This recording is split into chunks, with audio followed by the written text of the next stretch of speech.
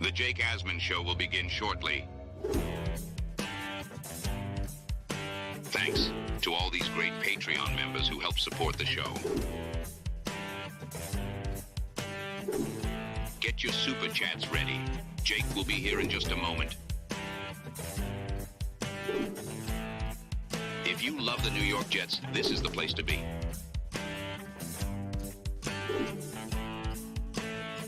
And now, the Jake Asman Show.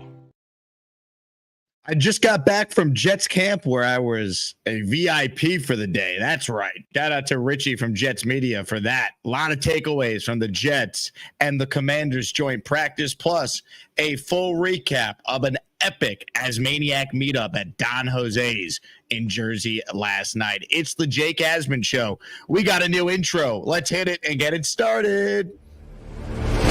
Man, our Jets are primed for a historic season. We're here with Charles Gorman. Charles, you're about to get into your Uber, which I called for you specifically to leave Don Jose Mexican restaurant. Give us the breakdown on the night. Did you have fun? I had a good time. I'm sorry I couldn't stay for long. My parents wanted me to be home at a certain time. I know I'm a grown-ass man, but their house, their rules. People were very nice. The food is good.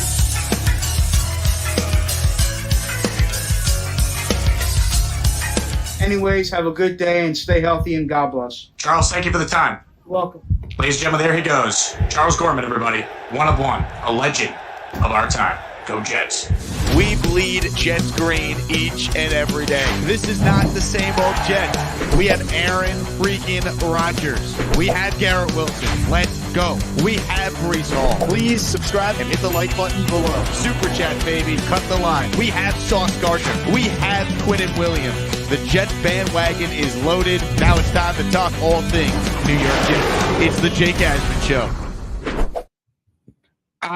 Here we go. Welcome in, everybody. Shout out to Gator for the Don Jose meetup themed intro, where last night we brought 50 Jet fans together, and it was an absolute blast. Thank you to everyone who came out. An honor to meet a lot of you for the first time. Also great to see a lot of you again after meeting you over the last couple of years. So we got a great community. Last night continues to prove that. And I want to thank everyone who came out. Special thank you to Jose of Don Jose's for hosting all of us. He's a huge Jets fan, and he opened up his doors, his restaurant, for all of us. It was a great time. So big thank you to him, the staff, and everyone who made last night so much fun. And of course, big thank you to everyone I met today at Jets training camp, where despite the rain trying to prevent the Jets from getting on the field and getting their work in, the Jets were able to still hold their practice against the Washington Commanders. We're going to be joined by Andrew Fialkow, who was also there from Jets X Factor. Get his thoughts on the day.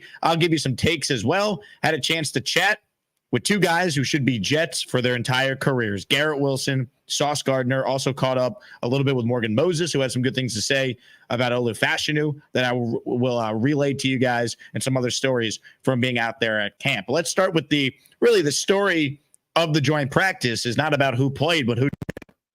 I learned about 5 minutes before everyone else did that Aaron Rodgers was playing. And I was the only person that had a picture of Aaron Rodgers in the ring gear, noticing he wasn't going out there. And I'm like, huh. So then I did some digging, and we find out about 5 minutes before Salah pulled the media aside before the practice and said, hey, coach's decision, Aaron's not playing today due to the weather. You start to think, okay, well, let's look around. Well, the weather was awful. So I can't sit here and say I disagree with the decision. All right? Put yourself in Robert Saleh's shoes for a second. If Aaron Rodgers goes down, your job is probably, what, down as well? Seriously. I mean, the Jets' success this year hinges on Aaron Rodgers being out there for at least, let's say, 14 or 15 games. So I understand they're going to be ultra cautious when it comes to Rodgers playing. You're taking on a team you don't know. You're taking on a team in bad weather conditions. Joe Tippmann's had issues snapping the ball. The last thing you need is Aaron Rodgers in a live period running after a high snap on a wet field and him injuring himself. So I understood the decision. Now, being there would it have been nice to watch Aaron Rodgers carve up the Commanders defense? Yeah, it would have been. But I'll tell you what, even without Aaron Rodgers, you know who the best player on the field was today? Number 5. If Garrett Wilson stays healthy, he will break every Jet record they've ever had at the receiver spot. And I'm not just talking single season like what Brandon Marshall did in 2015. I'm talking all time. First off, Garrett Wilson is one of the most humble superstars that I've ever met. Quick aside story to this picture here. So you guys know who follow the show. Garrett does a weekly on ESPN New York. So I've gotten to actually hang out with Garrett one-on-one at the Knicks opener last year in the suite. And I didn't even need to say, hey, Garrett, he comes up to me and says, what's up, Jake? Good to see you again. He remembered my name from last year, which is wild. I've been around a lot of athletes. I can't remember a guy like Garrett Wilson. Signs for every kid out there in the rain, him and Sauce, they get it, man. So I just want to shout Garrett out and Sauce because what they did with the kids today, seeing it up close was awesome. But, I mean, Garrett was incredible today. He was unguardable. There was a moment in this practice where shout out to the fan who called his respective shot. There's a video going viral online of Garrett Wilson lining up against Emmanuel Forbes of the Commanders, their second-year corner who was a first-round pick.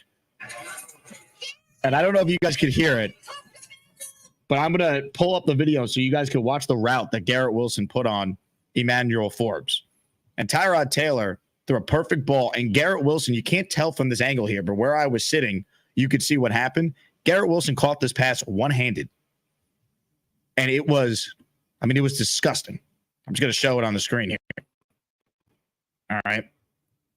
This was the play of the day from G-Dub. Watch him on the outside. You'll see it. I don't know if you guys could hear the music at all. But a fan yells out, Garrett, you're going to cook Emmanuel Ford. And then guess what happens? Garrett Wilson cooks Emmanuel Ford. The ball's in the air, and the kid yells, told you, before Garrett even caught it. And you can't tell from that angle. He caught that one-handed and then trapped the ball and used his shoulder pad to haul it in. This was a one-handed grab that you can't tell unless you had the right angle. So you got to see the full video so you could hear the audio. But it was, the kid was right. And this was right at the beginning of the first team period. You just throw it up. We're sitting in that tent over there, so that's how I had the angle. That's where the VIPs sit. You know who I sat next to today? David Saleh, Saleh's brother. Great guy. Shout out to David Saleh. But anyway, this was just a beautifully thrown ball. But it didn't matter if it was Aaron or Tyrod. Garrett was winning. He is officially quarterback proof. And you can kind of see the one-handed grab right there. But I'll tell you what. You look at Garrett Wilson's first 2 years. It just tells you, and I hate to dunk on the guy, but I'm just going to say it. It just tells you how bad Zach Wilson was. How bad not even just him, but some of the quarterbacks were. This guy is a top 5 receiver in the sport. And you want to know why Garrett Wilson went off today? Not that he hasn't been having a great training camp. Every day we talk about how awesome he's been. But Garrett Wilson went off today because the Commanders' best corner would be the 5th best corner on the Jets. Because that's how good the Jets defense is. That's how good their corners are. But this was just one of the many highlight reel plays. In the red zone period, Garrett was cooking there. The story of today, besides Rodgers not playing, which I had no issues with, I understand the decision. I could tell you that Rodgers looked miserable. He looked pissed, which I'm sure he didn't. Saleh even told you afterwards that Rodgers pushed back on it. He wanted to be out there. But I could just tell you from watching this practice today, it's not the worst thing in the world for Tyrod Taylor to get a full complement of reps against a different team as the starting quarterback with the full complementary of weapons out there. Mike Williams was practicing today. He didn't participate in team drills, but he was out there in individual drills.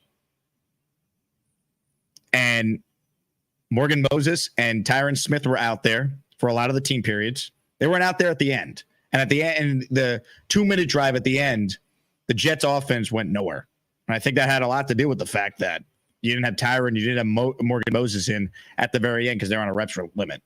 But as far as just in the overall team periods, I thought Tyrod had a nice day. But what stood out today, and we'll get Fialkow's thoughts on this when he joins us in just a bit. To me, number 5 was the biggest takeaway. Garrett was a stud. You couldn't cover him. There was a play in the red zone where he ran just one of the nastiest routes, and you're like, ball's out, he's open. And you knew it was going to him, and they couldn't stop it. Also in the red zone period, it was tough to see from where we were, but it looked like Tyron Smith and John Simpson had an unbelievable seal block that sprung Brees free in a long touchdown run on the outside. The Jets could not run the ball up the middle, which makes sense because the Commanders have Jonathan Allen and Daron Payne. They're really good up the middle. So they were trying to run on the outside. They ran behind Simpson and Tyron Smith, and it led to a Brees touchdown. I thought Braylon Allen had a nice practice too today. So other things that I saw, I want to talk about Sauce Gardner for a moment. I think we need to sit back and really appreciate this guy's greatness. Watching this today, and I had a chat with Sauce about this play afterwards because I was curious and I had a chance to ask him, so I did. There was a play at the end of the first team 1v1 drive the field period, right? It was 4th down and I want to say it was like 4th and 10. The Jet defense, first 3 plays, suffocating. So it's 4th and 10. The game is on the line. It was drive the field. They need a field goal. They're at their own, let's say, 35-yard line, right? So they're nowhere near field goal range. It's 4th and 10. And the Commanders have pretty good wide receivers, right? But obviously their best wide receiver is Terry McLaurin, right? I think we could all agree. They had Doxson. They had, they've given Jane Daniels as a rookie some pretty good pass catchers. And on the 4th and 10, there was a big completion. I think it was to Zach Ertz. And it would have been a first down to keep the drive alive. It was like a heave that Daniels just threw up there. He happened to get it between 2 defenders. It should have moved the chains. It was a false start on the play, so there was a do-over. But on that play, I noticed, why wouldn't you put Sauce Gardner on McLaurin here with the game on the line? It doesn't make any sense. He's their best receiver. This is where I think the Jets need to be smart and allow Sauce, as they said they would, in certain situations, to shadow the best player. So I'm watching this going, why? And I said to Richie, who I'm watching practice with, I go, why wouldn't you put Sauce on McLaurin here? To me, it seems like a no-brainer. Thankfully, there was a penalty, so then it becomes 4th and 15. And on the next play, DJ Reed and Sauce flipped. So on the do-over, Sauce then shadowed McLaurin. And I said, that's what should have been the case the first time around. I wonder what changed. So I stored that as like a mental note. Sure enough, on that play, 4th and 15, Gardner essentially baited Daniels into like making a throw to an area that he thought he would be able to slip the ball over Sauce's head. And Sauce, being as dynamic of a player as he is, flipped his hips, seeing it in person, it's like unreal, and got in the perfect position to make the pass break up. It was like unreal. And so afterwards, Sauce is signing autographs, and I had a chance to ask him, I go, that last play, when you flipped over, was that the coaches telling you to go shadow McLaurin, or did you do that on your own? He's like, I did that on my own. I mean, it was unreal. He had this. He had the PBU on the play. I'll ask Fialkow to give you like the technical breakdown of it when he came on, but his length was just unbelievable in that play and how quick he got in position. So Sauce balled out today. Not that that should be a surprise either, but I mean, to me, the 2 best players in practice today were the 2 guys who should be Jets their entire career, 5 and 1. It was awesome seeing that. It really was. The other thing I want to highlight too. So we know Salah didn't want to play Rodgers because of the conditions. He didn't say because of Tippmann snapping issues, but I thought, last thing you need in a heightened environment against a team you don't know, against a really good interior defensive line. Do you want Aaron Rodgers running after a high snap, right? Daron Payne and Jonathan Allen are good players. So Tippmann, I think, was going to come under the microscope today with a wet ball. How would he look? And I thought Joe Tippmann played well as far as the snaps. I didn't notice one snapping issue today, which is a positive. So I don't think this is going to be an ongoing problem. I really don't. I think that Joe Tippmann is going to be a really good center. I think he's already proven he's a really good blocker. Thought he proved last year that he's got a lot of potential. But whatever issue there was earlier in camp, it seems like these last couple of practices, the Tippmann snap situation has kind of calmed itself. So I thought that was a positive from today as well, the lack of having to hear about any high snaps. So I literally wrote down in my notes, Rodgers not playing, Garrett Wilson dominance, Sauce being Sauce, Joe Tippmann, no issue snapping. Those to me were the top takeaways. We'll be joined by Fialkow coming up, and we'll get some thoughts from him. But man, it was fun being out there. Shout out to all the Asmaniacs I met at practice today, because it was wet. All right. You needed a gust buster umbrella. All right. I know I certainly did. So a lot of fun. We'll see who actually plays in this commies game on Saturday. I suspect it won't be a whole lot of the Jets starters. I think you'll see maybe Tippmann. I think you'll definitely see Will McDonald, who I saw he had a couple nice reps today. That was good to see. I don't think you're going to see Sauce or Garrett or Jermaine. I don't think you're going to see any like the star level players. I think you'll see some of the young ascending level players. Now, I was trying to find some sort of update on Jeremy Ruckert. I see Ruckert out there today, so I don't know if he has some sort of injury, and I missed the update from Salah, but I'm looking for something on that. But today was a lot of fun being there, and it really was the Garrett Wilson show, like especially early. I mean, you couldn't cover the guy. Now, the other thing I wanted to hit on here, and we'll get to more of the specifics from the joint practice when Fialkow joins us in just a bit. Salah said something that I have been saying all along. People ran with his quotes whenever it was, a couple weeks ago, when he said that, Aaron Rodgers is not playing in the first two, and basically implied that it'd be unlikely that he would play in the final game against the Giants. And I said, wait a second. How does that make any sense? Why did you rule out that game? Now I think it's way more likely than not, because Rodgers didn't play in this joint practice today, we see him in the preseason game against the Giants on the 24th. And Salah, when asked about it today, haven't made a decision, and that they're kind of starting that process now. It will be a collaborative decision. You know what the decision means when you say it's a collaborative decision when it comes to Aaron Rodgers? What does Aaron want to do? If Aaron Rodgers wants to play in the preseason, guess what's going to happen? He's going to play a drive or two in the preseason, as he should. There's nothing wrong with the Jets deferring to what Rodgers wants with this. So I'm trying to find the exact quote from Salah on this, but this to me is a no-brainer. If Aaron says to you, hey, I want to play a drive or two because I feel like I needed to feel comfortable, then guess what should happen? Aaron Rodgers should play a drive or two. And you can say, well, Jake, what if he gets hurt? I mean, he played last year and he get hurt, looked great, and then got hurt anyway. So I can't live life scared. I just can't. Patrick Mahomes is playing in the Chiefs' first preseason game. He's got 3 Super Bowl rings already. If he could do it, Aaron Rodgers could do it too for a drive or two. Josh Allen's playing in the first preseason game for Buffalo this week. All right, players play. So Salah said he's open to playing Rodgers. It's a collaborative decision. And the decision's Aaron. I think if Aaron goes to the Jets and says, I want to play, he's going to play. And there's nothing wrong with that. That's how it should be. Hit the like button if you're just tuning in. Shout out to everyone watching live right now. A lot of fun at the meetup last night. A lot of fun at Jets camp. For those who missed it, Charles Eugene M. Gorman was, in fact, in the building last night. And when I tell you, when Gorman walked in, it felt like the Pope had just arrived. I mean, the place went nuts. It was wild. And we had a lot of people there, folks. I mean, shout out to all of you who braved the elements, came out on a Wednesday night in East Hanover to join us. This was awesome. This wasn't even everyone there. Richie missed the picture, for example. But shout out to everyone who I met. It was a ton of fun. And as promised, Charles Gorman said he would only come if I comped his food and paid for his Uber, not there, but home. Very specifically, his Uber home. So before Charles got in the Uber that I paid for, I had a chance to catch up with the great Charles Gorman one-on-one. We're here with Charles Gorman. Charles, you're about to get into your Uber, which I called for you specifically to leave Don Jose Mexican restaurant. Give us the breakdown on the night. Did you have fun? I had a good time. People were very nice. The food is good.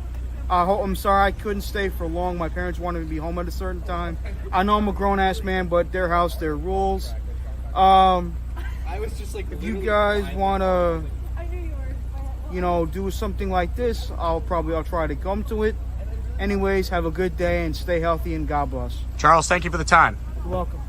Ladies and gentlemen, there he goes. Charles Gorman, everybody. One of one. A legend of our time. Go Jets. God bless America. Thank you, Charles. What a moment in time, folks. I mean, people took more pictures with Gorman than I took with fans last night. It was wild. And you know what? It was deserved. Shout out to everyone who came out. All right. It was an absolute blast enjoying the greatness of Don Jose Mexican restaurant. By the way, that place, the food, can't say enough good things about it. Phenomenal. There's a reason why Rex Ryan is a regular. sign the wall. All right. Damn good. All right. Our special guest has arrived, so we will bring him on momentarily. But first, let me give a huge shout out to Nate, who writes in. Shout out to Jake for the private show. Nate, thank you for the ride home, my man. Nate did me a solid, and we don't live that far from each other in New York, so he dropped me off. Nate, you're the man. And yes, we talk Jets. So Nate basically got a private Jake Asman show, if you want to look at it that way. M. King, before the show even started, he's making it rain. Let's go, M. King.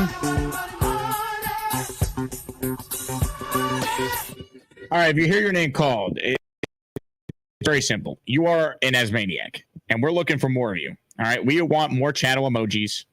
And here's the reality. The memberships were sent before the show started, so I don't even know who got them. All right, but if you got one, you thank M. King because he's paying it forward, which is awesome. Some super chats before we bring on the guest. Sam Aiken writes in, when can we have a Chef Garrett and A-Rod emoji? A Chef Garrett and A-Rod emoji. Well, we do need an updated Aaron Rodgers and Garrett Wilson emoji. We used to have an old Garrett Wilson emoji, but it's with its old numbers. So if anyone wants to design a Garrett Wilson emoji wearing the number 5, needs to be 1 by 1, send it my way. Email it to me, and we will use it. Same thing with an Aaron Rodgers emoji as well. We had one, but it's in the old ugly jerseys. Let's get the new ones. Barney writes in, Garrett Wilson to Richie. We beat they ass. He's on. Well, that was really funny because I was right there when Garrett said that. So Richie's doing a live stream right in the VIP area where some of the players were signing autographs. And he asked Garrett for like a message to the fans. And Garrett was basically like, yeah, we practice out there in the rain. Shout out to all the Jet fans. We beat their ass. And I was thinking to myself, no, you beat their ass because you were dominant today. It was wild. I hate the dunk on the guy, but it just shows you how bad Zach Wilson is at football, man. Because Tyrod Taylor is competent, right? He's solid. He's not Aaron Rodgers. And like Tyrod's like, I see 5 open. Get him the ball. And like Zach was incapable of doing it. The big fella with a super chat. You think Olu's playing a lot on Saturday? I think he's playing a lot. Yeah, I do. I think he's probably playing most of the first half, maybe more. They want to get him ready. He looked good today, too, by the way.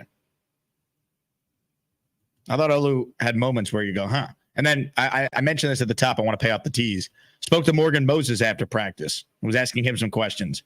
Asked him about Olu. He goes, that kid's going to be real good. Real good. End quote. Barney with another super chat. I say have him play the Giants. The line can't protect him. I'd rather know now. If he's lost a step, I'd rather know now. Can't live scared. You will not know if Aaron Rodgers lost a step, good or bad, based on his performance against vanilla defenses in the 3rd preseason game. You're only playing him in that game is if he thinks maybe mentally he wants to go through a full setup to a game and maybe take a potential hit or the threat of actually being hit. If he feels like he needs that before he goes out there against the Niners defense on Monday night with the entire world watching. That's the only scenario you would play him. And because he didn't get the work in during this joint practice, they only have 2 left for him to basically treat as a quasi game. And if he says after that, hey, I still feel like I need a drive or 2 like last year, then you'll play him. I'm not living life scared. That I agree with you. All right, ladies and gentlemen, joining us right now is someone who braved the elements and sat at the Jet facility, took studious notes for everyone to enjoy his top takeaways from today's practice. Ladies and gentlemen, Jets X Factor's own Andrew Fialkow. Hello, Andrew. Andrew? Frozen? Someone was frozen. How are we doing, Jake? What's up, man? Good. That was it.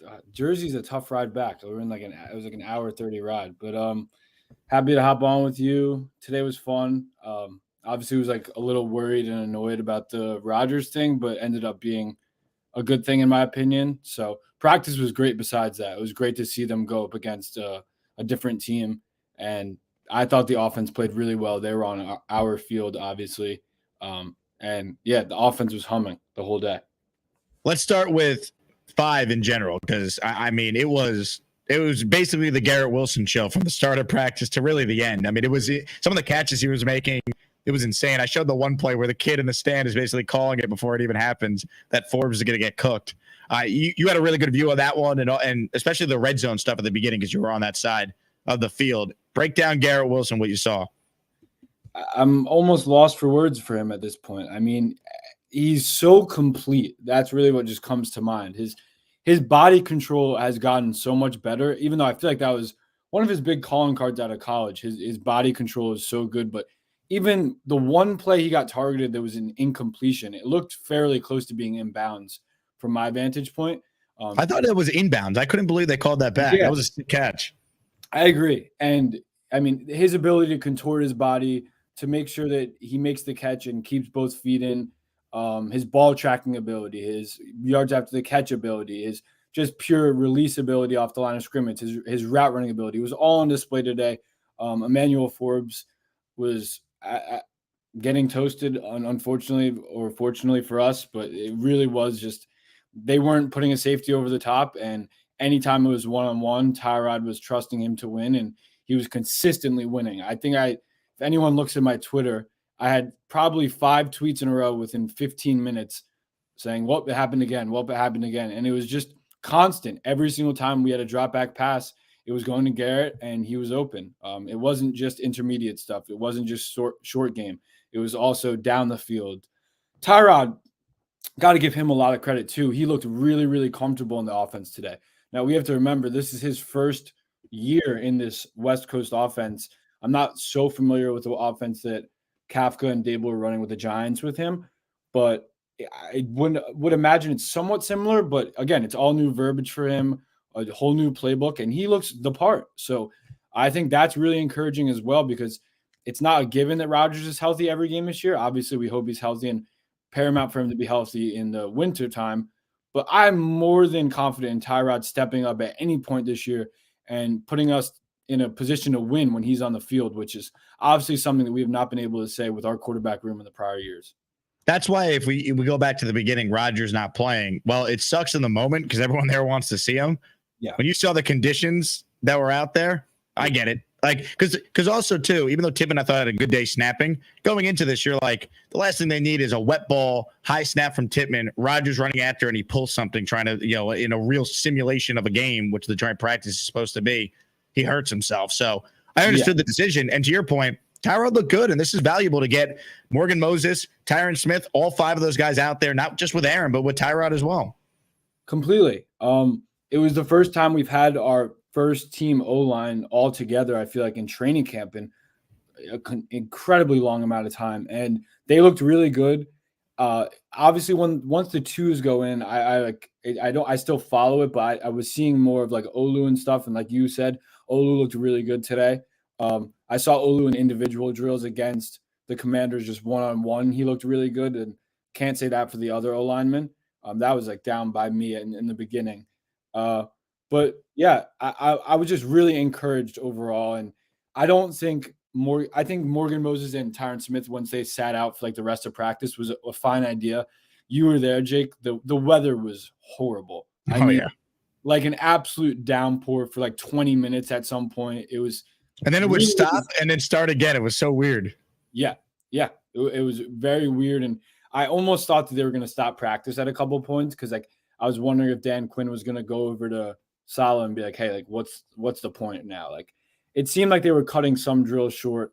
But I mean, to be honest, the ball wasn't on the ground that much. Like Garrett didn't drop any passes. I'm trying to think if there was any like egregious drops for the Jets. It really wasn't that many that I could think of. Brees had one. Brees had one, I think. Yeah, Brees had one on a check down. But Lazard made a nice catch over the middle of the field on a play I actually tweeted about, because it was really cool. The Commanders showed like pre-snap like a heavy man look, and they bailed out into a cover 2 zone. And Tyrod didn't blink and hit Lazard on an in-breaker. I love that. And catching the ball for Lazard is obviously a plus. I didn't tweet about this, but at the end, they were just spamming Lazard on these like curl routes, and Forbes was getting the best of him on a lot of them. If you remember that. Yeah, it was weird. It was weird. They kept going to Lazard in the 2 minute. I was like, throw it a 5. We did that the whole practice until this point. Why did we stop doing it on this one drive? Yeah, throw it a 5. Or even Conklin felt a bit quiet today. I think Rodgers is definitely more of a guy that targets the tight end than a guy like Tyrod. But man, they were spamming back shoulder to Lazard, curl to Lazard, Forbes breakup, Forbes breakup, Forbes breakup. I was like, we're making this kid look so good, but like, yeah, Lazard's not a guy that gets great separation anyway. So that was a bit off. But besides that, the offense was humming in 11-on-11, 7-on-7. It's simple. The Commanders did not adjust. I know it's just practice, but they didn't adjust to put a safety over the top against Garrett and made him pay. Let's talk about that play that Sauce made. I tried to highlight it earlier, like on the 4th and 15, where he basically baited, I think, Daniels into try and like fit that ball over his head, and Sauce flipped his hips and got in position. You had a great view of it from your side. Break that down. So it was 4th and 15. It looked like some sort of 3 deep zone with Sauce being in the flat. So he's basically like flipping his hips and then like reading the flat and also reading behind him. Like you said, it did seem like he was really baiting it, because from my vantage point, I was like, oh shit, like he needs to get a bit more depth. Like he should get deeper. I should never question him because his length is so underrated. He's so lanky, and he basically just took a couple speed turn runs back and made a really good pass breakup on a ball that looked like he was going to get fit in by Jaden Daniels, who in the short time we saw him didn't look too bad. I don't really have like a big opinion on him as of right now, but yeah, Sauce made a great play. That was like basically a 3 and out for them. The play before, I have no idea how he fit that ball in like between 3 of our defenders that it came back for a false start. But someone Zach Ertz made a really nice contested catch. But yeah, then the next play is Sauce coming through, doing what he does best. And he's not even known to be like a great zone guy. He's really instinctual. So like he's good in zone, but obviously we know how he is in man coverage. So that was just so cool to see. All the vibes were great today. Like I really don't have any negatives to I asked Sauce afterwards, because on that play, he went over to the side that McLaurin was on at the start of it. And on the Ertz completion, they got called back with the false start. He wasn't. And I was like, this is where you'd want Sauce to be on that side of the field, because game's on the line. Their best receiver is going to be the target. Put him over there. And Sauce said he just went over there on his own. That wasn't called or anything. Like he just did that. So I wonder if he has a little more freedom in like certain moments to say, hey, no, I'm guarding the best player there. Yeah, ideally that's what they spoke about in the off season, and he came on like a podcast, and he was like, "Yeah, I think I'm going to be traveling a bit more this year." So ideally that is the case going into this year, because DJ's had a fine camp. I think people are like freaking out a little bit about him losing a lot of reps to Garrett, but I think those are good reps for him, and I do think that maybe we're underrating Garrett a little bit. Like Garrett is a top 8 receiver in the NFL right now, in my opinion. And I think after this year with Rodgers, he could very well be in like the top 5 discussion. So I'm not so low on DJ as everyone else is. So I'm not like itching for Sauce to be traveling every single down, because I still think DJ is a really competent corner. But it would be nice to have Sauce on the big downs, be mirroring the wide receiver 1 for the other team. Want to know why Garrett was so good today too? Because he didn't have to face DJ Reed and Sauce Gardner or Michael Carter before his injury in practice every day. Like Garrett's had a great training camp. He's making plays on everyone. But today everyone's agreeing was his best practice of the summer. Yeah, because the best corner on the Commanders would be the 4th or 5th best corner on the Jets. That's why. Great point. It just is true. He would literally be the 4th on our depth chart. He wouldn't be sniffing the field right now. And yeah, Garrett, I can't say enough about him. Great photos, by the way, really great photos. He's just so good, and I'm just happy that he's hung in, because he's had a tough 2 years. Like going through 7 or 8 quarterbacks, mentally that's so draining, and going through a football season is extremely draining in general. But finally, we have quarterbacks for him, and we saw it with even Tyrod, who's a middle of the road backup. He's a high end backup, but like a middle of the road starter, really. Probably in the 20 to 25 range if he was going to actually have to start for us. But he still gets the job done. When Garrett's open, he's finding him and getting him the ball. It's not going to be like last year where Garrett's open 400% of the time and we're still missing him. So he's got to be encouraged to see that even Tyrod and him are creating some chemistry. Yeah, I've never been more confident in my take all offseason that if Rodgers misses time with a conventional quarterback injury, you can go 2-1 with Tyrod Taylor. Yeah. I couldn't agree more. I think he puts us in a position to win every game. With our defense and Tyrod, you could win any game.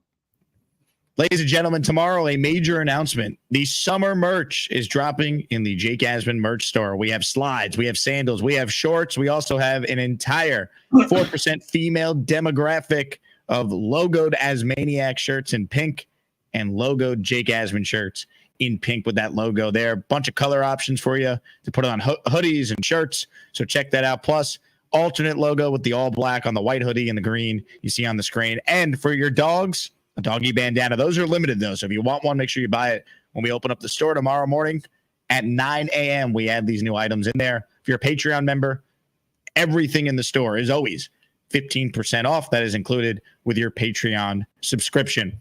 A lot of things I want to still get into, but first, let's pause the show because it's someone's birthday today. Ladies and gentlemen, Mike D's Nuts says, Jake, can I get a birthday shout out? Great stuff today. Ladies and gentlemen, Mike D's Nuts turns 49 years old. He is officially an old geezer. D's Nuts. Mike, happy birthday. Is this Mike D's Nuts? Happy birthday. Yes, it is. Yes, sir. Yes, it is. But also, Mike D's Nuts he's ready. I mean, you kidding me? 5 memberships, another 5 memberships. Ladies and gentlemen, we haven't done these in a while. It's time for a Mike D's Nuts explosion. Hey, thank you, Mike D's Nuts. Hey, for another gifted membership. Hey. All right, here we go. I got a list of 10 names I got to read. All right, here's what we're going to do. I'm going to read the names, assuming I can find them. The internet's a little slow right now, which is not ideal when you host an internet talk show, but eventually I might be able to find the names. And when I do, I promise you I'll read them as I continue to stall. Here we go. Andrew William Fraser IV, Adam Cavender, Joseph Webb, Jonathan Gawa, Jason C. You're all channel members. How about 5 more from D's Nuts? Kick Out Jams Joe, Mitt Flair, Pastor Edwin Ramirez, Michael Gordon, T. Rivera. You are all officially channel members. Welcome, welcome, welcome. Andrew, I'm going to check the super chats here. Yep. Purple Belt Mike wants to know about Tittman. We did talk about this, Mike. His snaps were fine today. Did you notice anything else with Tittman that stood out? No, which is a good thing. I don't think he had any bad snaps, and obviously in the rain it's a little bit more difficult.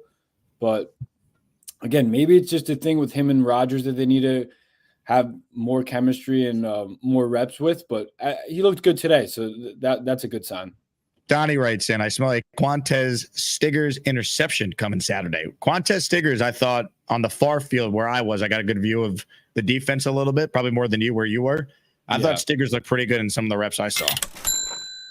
He looked the part in positional drills as well, and he looks like he's having a lot of fun. I mean, the DB room is already loaded, so I feel like he's just being a sponge, and the sky's the limit for that kid. He's a big guy. He looks very athletic, so I'm really excited to watch him on Saturday as well. Tony writes in, Jake, thanks for hosting last night's meetup. It was great seeing you and Richie and everyone. Tony, thanks for coming, man. An honor to meet you. Love that. Thanks to everyone who came out. Also, for those asking about an emoji, the G5 emoji, we need one for Garrett Wilson. So if someone could design that, that's coming to the Asmaniac emoji list as soon as we hit the threshold and we get that designed. So that's in the works. RB Gamer writes in, Jake, this team is going to make New York Jets history. We're going all the way. Wilson gets the MVP in the Super Bowl. JETS, Jets. Sign me up for that, RB. I have no further thing to add other than sign me up. You good with that, Andrew? Super Bowl champs, Garrett Wilson, Super Bowl MVP? Yeah. I would be happy for the rest of my life. So yeah. Dark Crypto. Shout out to my wife, Wendy. She's watching the show. Go Jets. Hey, Wendy. Sup? Shout out to you. All right, let's get to some calls here. Here's what we're going to do. I'm taking people on the line that were at the meetup last night. We're doing those guys first. They've earned it. Ladies and gentlemen, joining us right now is someone who's wearing his Asmaniac merch. Ladies and gentlemen, Asman is up first today. What's up, Asman? Great to see you last night, man. Great to see you too, guys. Come on. What's up, Andrew? What's up, Jake? Asmaniac for life, bro. Like Asmaniac for life. This is the truth, man. This is the truth. It was a pleasure to be there last night. Thank you for having us. Thank you to Richie as well. The Don Jose restaurant. Now I know where the spot is once I come up to 1JD. So let's go. Let's do it. No doubt. I'll definitely be back. The food. My only complaint about the meetup is that I didn't have enough time to try everything on the menu because we were hanging out all night and taking pictures and doing the Jet chant 1,000 times. There's so many more things I want to try. The food was so good. This one is a fatty. Huh? He's calling himself a fatty, I guess. Yo, Andrew, quick question. Are you still in Fordham in the Bronx? Yeah. Yeah, okay. I got to bring you some Dominican food, man. Like, yeah. If you have Hispanic food over there, but I got to bring you some really good one, though. Oh, down. Be on the lookout for that. Yes, sir. Yeah. Hey, to talk about the team is we know what we have. Aside from the Hassan Reddy situation right going on, we know what we have. Last night in the meetup, every Jets fan that I met over there, shout out to everybody who made it, especially to George Gorman. The guy is at Wikipedia though, man. He knows so much knowledge though. Like I'm from the DR. He always giving me all the insights about Marvel and studios and Fox and all of that. So anyway, going back to the point, Gorman was a star last night, Asman. He really was. I mean, it was like the Pope walking in when he showed up. It was crazy. Trust me. I mean, I couldn't believe he was there. Left a little bit too quick, but anyway, thank you for that. So aside from that, we know what the team is. In Jets meeting, the live stream that he did, he asked AVT what is expected for the year, and AVT only shout out Super Bowl. It's about the Super Bowl. We are the team. I remember the joint practice against when Salah was starting in the rookie year of Salah. They went up to Green Bay. Green Bay was a playoff team. They beat us up. Unfortunately, that was that time that Carl Lawson got injured. I remember, but they was beating us up. Like that's what we did to the Commanders today. Shout out to G-Dub, busting their ass. I mean, we got the team, we got the crew. Let's just hope for the health. I'm taking as you know, Jake, I'm taking the bad juju out of the health on myself. Like I got a fractured ankle and still made it. Got to represent. Asman played hurt last night. I mean, he was moving and grooving to make it. I appreciated the effort for you to be there, Asman. That was not easy. And the bad weather too. I mean, you were a trooper out there. It was the first meetup in New Jersey. You know how much I wanted to come, but Long Island is a little drive. Shout out to Snowball, 2 hours driving to make it all the way up there. Like that guy was insane. He was sitting right next to me. Really nice shots. Shout out to everybody. Have a good one, bro. Andrew, I'll text you on the Discord. It might happen next week, okay? Awesome. Hit me up. All right, Jake. See you on the 17th, and I'll be watching, man. Peace out. Asman, see you there. I'm glad you brought up the 17th because, ladies and gentlemen, if you thought last night was fun or you had FOMO, if you're not coming to the party of all parties next Saturday night, are you even a Jets fan? All right. It is going to be out of control at T Squared Social. All right. We have, last I checked, over 155 people that have already RSVP'd. This does not include some of my friends who are just going to be showing up because they think they're too good to RSVP. All right. We got a lot of people coming down. T Squared Social, the first ever Asmaniac watch party, Midtown Manhattan, free event. Show up, watch the Jets, kick the Carolina Panthers ass. Could be a lot of fun. Starts at 6:30 next Saturday night. It goes until the Jet game is over, and then we'll hang out even later because T Squared's the place to be if you want to watch a game and drink good drinks, good food. It's going to be a blast. Can't wait. Fialkow, are you coming? As long as I'm not away, I will be there. Let's go. That's good enough for me. Yes, sir. More calls right now. Let's go. Paul, who was at the meetup last night. What's up, Paul? How's it going, guys? Paul, that Jaeger shot we took, man, that was a lot of fun. I'm glad you enjoyed it. Yeah, you know me. That's my style, right? But, yeah, it was great throwing a chant out there, Jet Chat. It was awesome.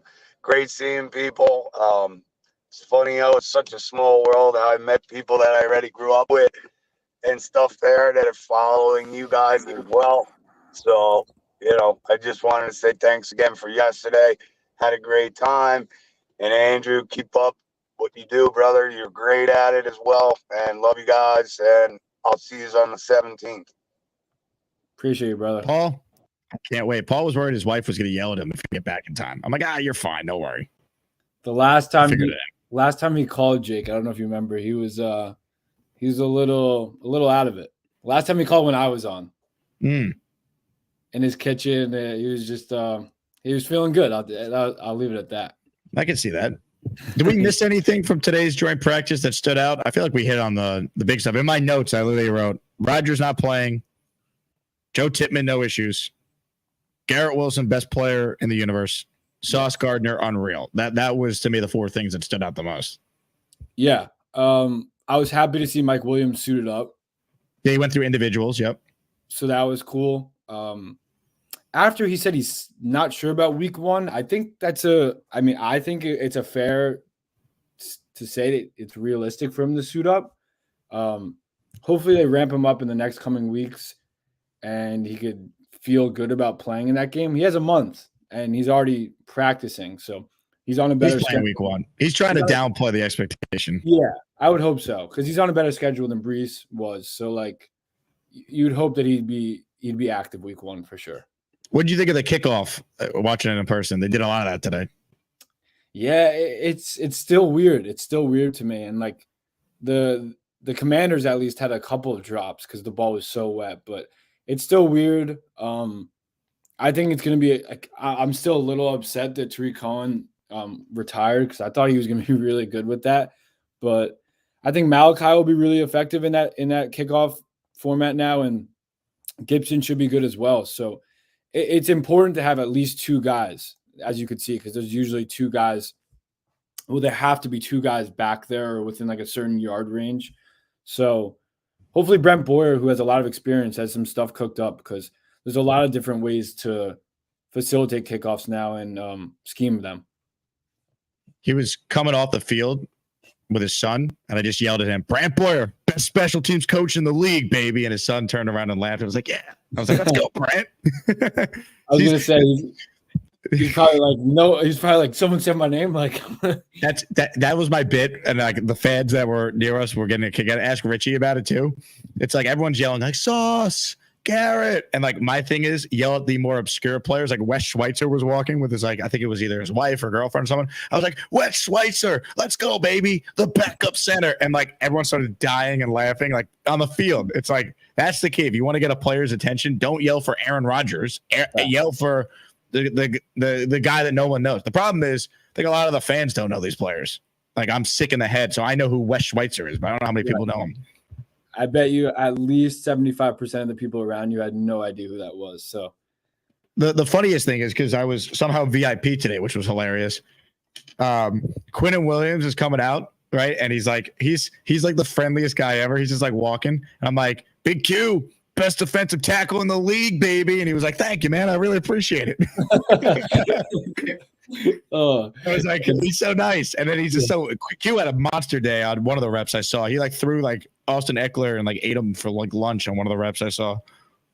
I really wanted to see the defense more. It's honestly like frustrating, but I saw that Jaden Daniels was like 7 of 15 for less than 25 yards. So dude, sounds they like clamped him on that. Like it was disgusting. Like if that last drive in the 2 minute when they needed to drive the field, they gained a yard. Correct. Oh, did they even get? Well, actually, they went 4 and out, so I guess that was it. Yeah. Yeah, it was 4th and 10. I mean, it was 4th. Well, they gained 10. a yard and then they had a false start, so it was like 4th and 16. Right. Yeah, so they actually had negative yardage then on that drive. Correct. Yeah. CJ Mosley had a great pass breakup on the first down, and then obviously the Sauce play. But yeah, I really only saw 4 plays of the first. That was it. Yeah, I thought they were going to do another drive after that. I figured because both teams didn't score with because like the Jet offense, did they get a first down? Yeah, it felt like Tyrod was out there for a while. I guess Lazard had a completion that moved the chains on like 4th and 3, and then they sold out on the next 4 plays after that. Yeah, because the 4th down play was the Garrett play that they said was out of bounds that looked inbounds. So that was the end of the drive. Yep. All right, more of your calls right now. We stick with people who attended last night's meetup to start things off. Ladies and gentlemen, this guy needs no introduction. When he walked in, the place went nuts. Chef Kevin is on the line. Hello, Chef Kevin.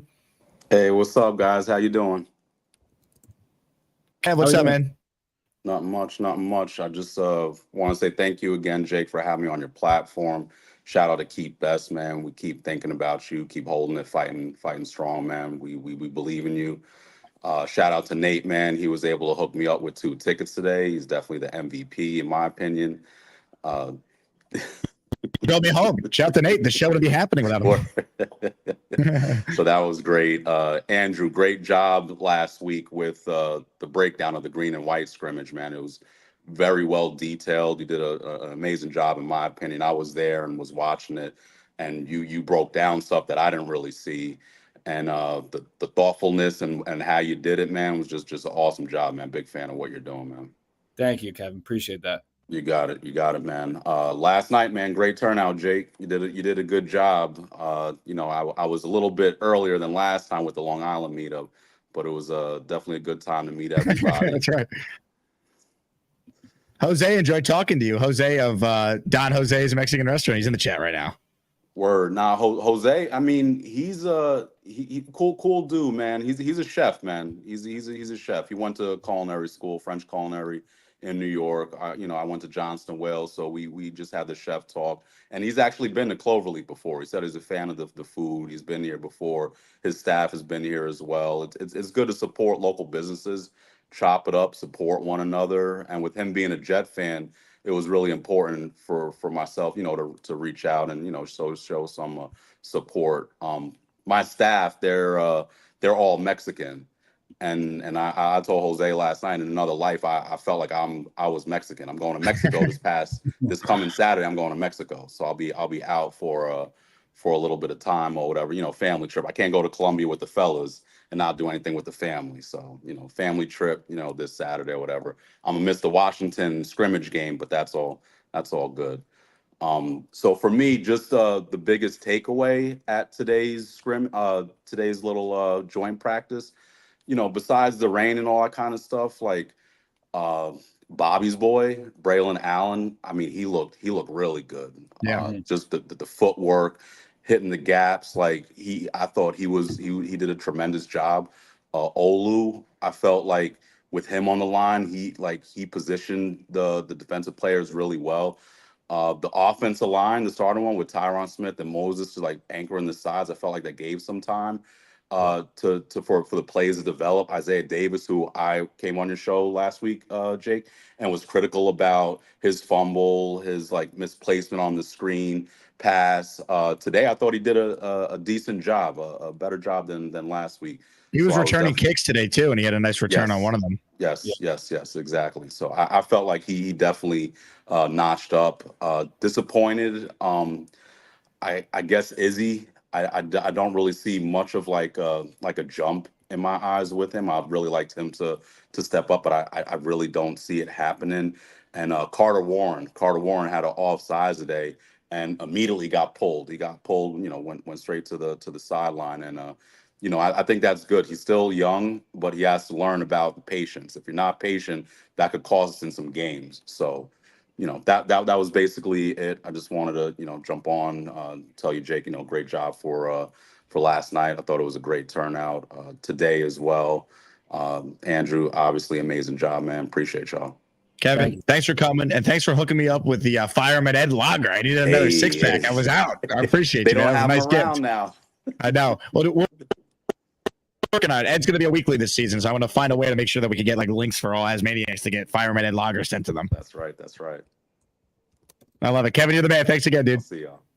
Chef Kevin checking in. Excellent job out of him. Andrew, let me give you a little taste on what happened last night. All right. I posted this on my Instagram at Jake Asman, at Jake Asman Show. Put it on Twitter at Jake Asman. Follow me there if you haven't. But if you missed it, not only did we give you the exclusive one-on-one interview with Charles Gorman, but here is probably one of the 50 different Jet chants that occurred last night.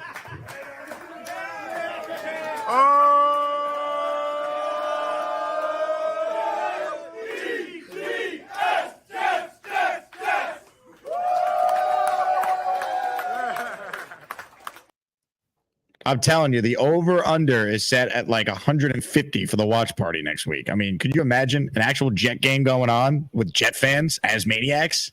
Yeah. I say it time and time again, but the fans that you have, it's unlike anything I've seen. It's really just so cool to see. And like I've said, honored to be a part of the community. We are honored you are a part of it, Andrew Fialkow. I saw your boss today as well. Robbie Sabo came and sat with me and Richie for a couple series. Yeah. I saw him on the sideline. Actually, funny enough, they're not big fans of us posting things. So I took a video of the Brees counter touchdown, and they were take it down. And I was like, okay, because we're not. Jets told you to take it down or no? No. Robbie and Michael Nania, which I get because there's a guy walking around the entire time saying no videos. It's just he's not going to be able to hold back from 400 fans taking videos. But it does say video is prohibited at camp.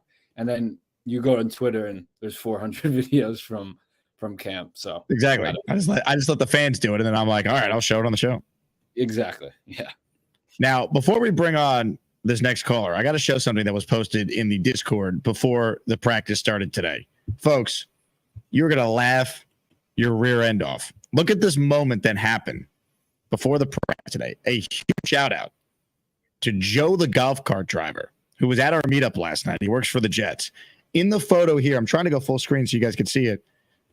In the photo here is listener Clancy. Clancy is wearing a Bobby Midnight t-shirt. Oh, man. One of the exclusive shirts. So I'm gonna try a screen share again, and I want to show it. All right. And Joe, the Jet fan, Joe, the golf cart driver, he recognized Clancy, and he told him, "I'm a maniac, and I'm a huge fan of the Bobby Midnight show." So this is the first time an Asmaniac has worn a Bobby Midnight related shirt to Jets camp before, which is as epic as it gets, folks. So with that being said, there's only one person now we could bring on to get his thoughts on the moment. Ladies and gentlemen, we give you Bob from Vermont. Hi, everybody. This is Bob from Vermont. I am Bob, of course. Hi, how you doing, Andrew, my pal? Hi, Jake. How you doing? Hi, Bobby. Hey, Andrew, guess where I am today? It You hear where I am? No, where you at? I'm in the hospital. You gotta what's going on? You gotta update me. My big toe got infected, so I had to be put in the hospital. So it's getting a lot better. The doctor said I might be out for tomorrow. Whoa. Tomorrow will be, tomorrow. I get to see my Nala. I love my Nala, you know. Who's that. taking care But of I your cat? admit you, Michael. Michael's taking good care of her.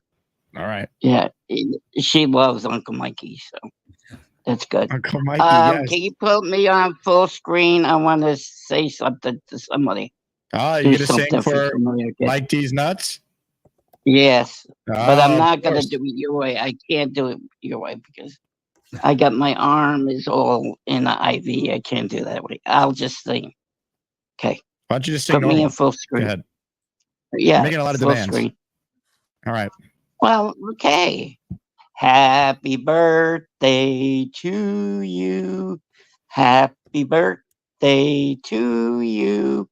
Happy birthday, Mighty's nuts. Happy birthday to you. And I hope you have a great day. What's so funny, Jake? I'm gonna pop you in the head. You said D's nuts. I'm not gonna laugh at that. Are you nuts? Okay, yeah, well, okay. Yeah. D's nuts. What did he say? What did he say in chat? He said D's nuts. Is this No. Mike D's nuts? What did he say in chat? I don't know. I haven't read the chat yet. I think he's taking in your beautiful performance. Okay, put me off. I want to talk to Andrew now, please. No, you wanted to be full screen. This is the price you pay. I was singing a song for him. Come on. All right, hold on. Let me find the button. Oh, you're finding your button already. Oh, Andrew. I'm here, Bob. I found it. You gotta be a little patient with me, Bobby. Jeez. Yeah. Sure. Okay, no. I heard that yesterday was pretty good last night. Pretty good. Yeah. It was great. Charles How dare was there. you? Well, I could have been down there, but Charles was there. I heard. Oh, Charles did good. Yeah. Charles was there, all right. Did he have two beauties on his arms? When he walked in with two smoke shows on each arm, Bobby, the place went nuts. Yeah. Okay. He should call him and tell him how everything is. So, Andrew, how you doing today? Good. Camp was good. My Allen's doing good. Brendan Allen's doing good. I told you. Yep. Told you he's doing good. Yeah, he's a beast. He's gonna be thunder and lightning this year. Are you? All right, guys. Yeah, I agree. What's on the schedule for the season, Bob? Are you going to come to any of the games? Oh, the first game, yeah, September 19th. Against the Smelly Patriots. I will hug you in person. Oh, good. And Jake will hug me in person too. Sure. I'll be there. Maybe you better shower first, Bobby. Hey, I will. I just want I to make showered. sure. All right, I don't want to be smelling you without you showering first. Yeah, I wear what they call yourself, Mando. Yeah, use Mando. some Mando deodorant. All right. And then for my butt cheeks and my ass crack and all that. Bobby, have a Well, great that's day. what You know, I need to walk more to survive unless Jake is going live. Gotta elevate my leg on Bobby. This show, man. Oh my I was asked more about Bobby Midnight last night than any other caller. It used to be V-Man, but Bobby has taken over that. See what V-Man does for an encore. I did get a lot of Lane Train last night, though, and Gorman was the biggest star of the night, though, as far as the Asmaniac caller recap. Anyway, I got about 15 minutes left. I'm excited to share. I hope I'm not jinxing myself, but I did get it confirmed earlier today. I will be interviewing Thomas Morstead today, Jet fans. So we'll get Thomas Morstead's thoughts on everything going on with the Jets. So I got to end the show to do that, and then maybe I'll pop in for a shorter stream later on to air that interview and then take calls on the back half. So let's try and rapid fire through as many people as we can. Ladies and gentlemen, we go to a guy who not only was at training camp today, but he drove me back from training camp to allow me to do this show with Andrew right now. Ladies and gentlemen, we bring on Nate, Nate. Hello, Nate. What's up, guys? Andrew, pleasure. Jake. How we doing? How's it going? Nate, how was the drive back after you dropped me off? Going up 10th Ave, it took just as long as getting back home from New Jersey. You know how it is in Manhattan. Nothing like it. To go 2 miles. Yeah, and then finding parking, I pretty much just walked in the door, as you know. But Andrew, you are awesome. I love your content. Everyone in Jets X Factor who is able to like have the patience to watch all 22s and comprehend what's going on for us laymen's, like really, we appreciate it. I saw you at a practice. I think you were coming. Maybe you brought your mom at one of the practices, and like you were getting, you saw the bus line, and I was like, dude, do I just like yell his name and tell him he can cut the line? Like, but he doesn't know me, and be like, yeah, I know, but I know he would get the line. I didn't end up doing it, obviously, but I thought about it. Next time I will. Now that we've had this interaction. I appreciate the thought, definitely. For sure. But yeah, I guess I'm with Jake. I heard your take earlier. I don't mind that Aaron didn't practice. I was with Clancy and Chef Kev. Shout out to Chef Kev. Chef Kev knows his football. Like he coaches high school football, and he was slow-mo showing me Braylon Allen cuts. I was like, this is like sitting next to like Robbie Sabo. It was fun sitting next to Chef Kev's. Shout out to him and Clancy. But yeah, I guess I don't mind that Rodgers didn't play. And I like Jake said, I enjoyed seeing the offense with Tyrod Taylor. And I felt like if this was a full game, the Jets would have probably beat the Commanders by 2 touchdowns with Tyrod Taylor. Like they dominated for pretty much everywhere on both sides of the ball. Jake, you had a better shot on the defense when it was defense versus offense. I was mostly looking at the offense. But one thing I'll give the Commanders credit, the one thing that stood out in the one-on-one drills, their D-line is serious. Like they were ripping through our offensive linemen. Everyone not named Olu, Tyron, Morgan, they were ripping through. They got some in at pretty, like their backups, everyone. So their D-line group is serious. The rest of their roster didn't really look like much. The one thing, Jake, I don't think I heard you mention. Did you see the Kuntz drop? I don't remember. I remember. I do remember him dropping it. Yeah, I do. Yeah, I do remember that now. Yep. It was ugly. It looked like he had 3 yards of separation, and like he had like these chicken hands that couldn't. Like even the coaches were kind of got on his ass on the sideline. It was like, oh, that's why that guy has the best RAS score like ever, but like can't play football. It was a rough. It was definitely a rough scene. The other guy that always stands out to me for some reason is Brownlee. Like he makes a play every practice I go to, or every time I hear people tweet, like he makes a play, and I don't hear other guys out there making play. I love everything about Brownlee. I like him more than Gibson. Gibson has that one play that I think if he didn't make that one play against the Bills, that we might not think of him in the same light. But like, is Brownlee a lock for the roster, or because I feel like he's a guy that would be picked up immediately off of rosters if he was let go. I don't know if he's a lock. I do think he'll make the team though. I like that. I guess the one other thing, like you said, Garrett, I agree 1,000%. I was a Garrett fan before practice. I'm even more of a Garrett fan every time I see him. He's such like a leader off the field. He was the one guy who one of our wideouts got hurt, and it was a 2-minute situation. He ran out there to like make sure someone got out there in time and check him. He's in everyone's ears. coaches, defense, offense. It's just like that's a guy. If there's going to be a C on someone's chest after our quarterback is gone, is like he just seems like such a vocal, good presence on line. And like you said, Jake, he's such a humble, awesome guy to be around. He's awesome. Yeah, truly gets it, man. Yeah, I'm happy you said that because Rodgers actually said in one of his first media availabilities, he was like, we need Garrett and Brees to start becoming leaders. And I think you made a great point. Like today, Brownlee took a really hard hit and he was on the ground. No one on the team that was on the field went up to him, and Garrett went from the sideline to go grab him and pull him off the field. Just little things like that. But he's so animated through all of practice, even when the 2s and 3s were in.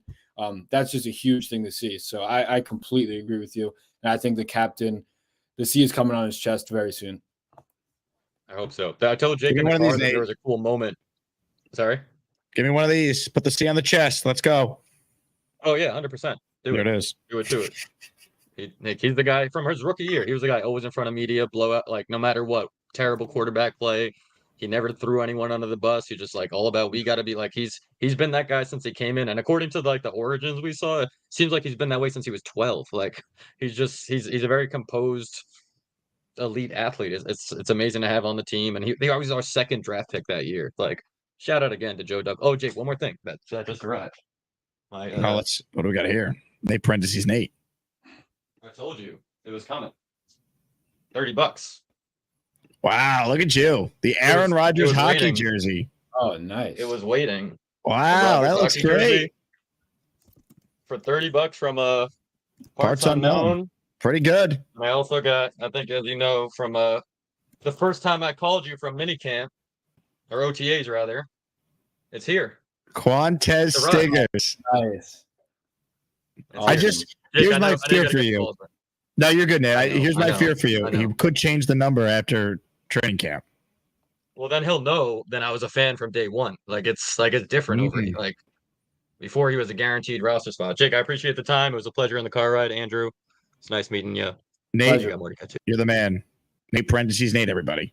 And yes, I did still call him Nate parentheses Nate when I saw him at training camp, and he drove me home. All right, couple more calls here because I do got to run. Otherwise, we would do another 2-hour show. I'll probably be back on later, though. I mean, I can't get enough of this, baby. I'm addicted to Jets football. We're all sick. Ladies and gentlemen, we stick with people who were there last night, and I met this guy for the first time last night. Ladies and gentlemen, Nick T. Nick? Jake, what's going on, my buddy? Nick, how are you? What's up, Fialkow? How you doing, Nick? Good. Yeah, man. I thought his name was Fiasco. I thought that's what you told me his name was last night. Well, there's more. There's more nicknames coming. We got Andrew Fugazi. We got Fugazi's a good one. Fugazi? That means I'm fake. Fugazi. Yeah. No, I'm Italian. I get it. You're talking to the Italian stallion over here. Asked Jake about last night. I don't know what you're talking about. Jake's 21st birthday, or the elderly woman loved him. Oh, that, you know what I will say? That's actually a great point. Can you tell that story? That is very funny. No, maybe some other time. That shit happens to me all the time. Let's just say Nick T hit it off with a woman the same age as one of my grandmothers. Yeah. Yeah. Hey, listen, everyone wants a big stick, so they don't call me Big Stick Nick for nothing. You know, that's how it is. That's how we add to the 4% here. On behalf of the Jake Asman Show, we apologize for the foul language. Continue. Jake, she had her eyes on you. She wanted to take your virginity, the ginger's virginity. Nick, thank you for the time. Excellent job out of you. Great to meet you in person last night. Thank you, Nick. Brandon, you for 2 third-round picks. Yes. I wanted to hear about his. We're gonna have that get him back on once Ayuk gets traded. Yeah, for 2 third-round picks, right? Yeah. Well, it's going to be a first, and they're going to sign. So it's going to be exactly what he said it wouldn't be. It's going to be a first, and they're going to extend him and give him 30 a year. So true. He's writing in the private chat. Ladies and gentlemen, some memberships to get into here. Thank you, Joe the Jets. I should have got to this quicker, but I got distracted by Bobby Midnight and Nick T, and God knows what else happened. This is for you, Joe Jets.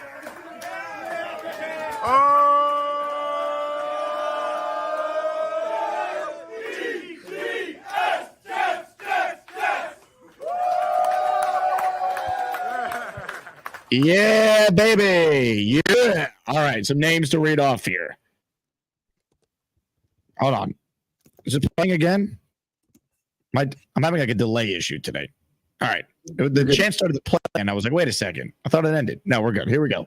Dan Hillis, Joe Frisco, Rob Grinnell, Brandon McNeely, and Seth McDermott. You are all Asmaniacs. Welcome, welcome, welcome. All right, I got time for maybe like 2 more calls. We'll try and get to as many as we can. It's tough right now. Let's go to Snowball, who was at the restaurant last night at the meetup, but we're not calling him Snowball anymore. He's now, from this point on, the Snowball. Snowball, welcome aboard. Andrew, Jake, how are you? How's it going? Jake, just thanks to you, Don Jose, Richie, last night. What a party. It was great. Thank you for the tremendous introduction as I walked in. It was amazing. I mean, you came all the way out from, Suffolk County, Long Island. You deserve that intro. Had to make the ride. Couple of shout outs. Thank you for sitting next to Charles, by the way. It was an honor to sit next to the Pope. I needed to put him next to someone who I think is somewhat responsible. So I was like, I think Snowball can handle it. He was amazing. We had a great time with him at the table. He was full of information. He was like major entertainment. Couple of shout outs. Charles, Brandon Pokers, fantastic guy. Yep. Asman, I sat with. Paul, who led all those Jets cheers. That was really, really cool. Jay Graves, Nick T, Clancy, Chef Kevin. I love you, Chef Kevin. Peter, and Little Joe and Big Joe. They were fantastic. I had a great table, and the food was tremendous. We had a great time. Thank you so much. I really had a good time. Just to end up, prayers up to Keith Best, Bobby. I hope you're getting better, and Jay Quest dad. We wish the best for them. I can't wait until the 17th at T Squared. I can't wait. Snowball, great call, man. Thanks for coming out last night, though. That was awesome. He named a lot of people. I wish I could name everyone. We had like 50 people there almost. It was awesome. And I'll tell you what, if you had FOMO, you missed out. This is the event you want to be at next week. The watch party, man. Jets, Panthers, T Squared Social, Midtown Manhattan, New York City. Let's go. It's all happening. It's going to be magical. I'll do maybe one more call. Let's see if we can get someone in here. Let's go to Connor Long. He's usually efficient, and he's technically a coworker of yours, Andrew. Hello, Connor. How you guys doing? How we doing, Connor? Doing well. I just wanted to get your guys' thought. Obviously, Garrett Wilson looked really solid in today's practice. I wanted to talk really solid. That's the takeaway for today. No, Garrett Wilson was in God mode today, Connor. Really solid. He was the best player on the field. I just wanted to get your guys' thoughts on, what the quarterback rotations are going to really look like in preseason with Travis being sidelined, possibly for the entirety of the 2024 season. You have Steven Martinez, won the UFL MVP. And then you have Andrew Peasley, undrafted free agent. And then Tyrod will kind of be in that mix. What do you guys think that'll look like? Do you think we'll see Tyrod a lot during preseason? Well, good question. First off, can I just say, I don't know if you saw this, Jake. Connor had a great call into the Rich Eisen show. Thank you. He tagged me. I haven't watched it. I did see this. Yes, I started my show when you did this. It's going a little viral on Jets Twitter. I saw it like. What did you ask Rich? I asked him about the Reddick holdout and if he'd be willing to pay him in like the $25 to $28 million range. What did he say? He said he thinks the Jets really need Reddick because this is like a short window with Aaron Rodgers, and he thinks whatever will make the team win, we need to get done. All right, well, that's a good job by you getting through to Rich. You and Boy Green are the two regular Jet YouTubers that call in. What did you call under as? Were you Connor in Port Washington? Connor in Long Island. That's right. Very yes. Nice. Rich was infatuated by Connor. He was like, "This reminds me of when I was younger." It was a really cool call. Really cool. Oh, I can't wait. All right, I'll play it on the show. All right, next show I'll play it. I gotta pull the clip. That's great. I really appreciate it. Connor, great job, man. Yeah, back to his question. I don't know if Tyrod's going to play in the preseason. I don't know if you have insight on that, but I would be surprised if he did. I think he will. He won't play a lot, though, because I don't think they want him to potentially risk an injury because he's got an injury history. So you want to keep him healthy. I think we're going to see a lot of Peasley and Martinez, which I would bet the under on every Jet preseason game based on what I've seen from those guys so far this summer. As would I. I just hopefully they give Brownlee some looks and everyone just stays healthy. But yeah, if it's going to be Peasley and Martinez, unders are a pretty good bet, I would think. Unders are a good bet. Eating Mexican food at Don Jose Mexican restaurant in East Hanover, an even greater bet. Attending the Asmaniac watch party next Saturday night, the best of bets. Checking out Andrew Fialkow's content on Twitter and jetsxfactor.com.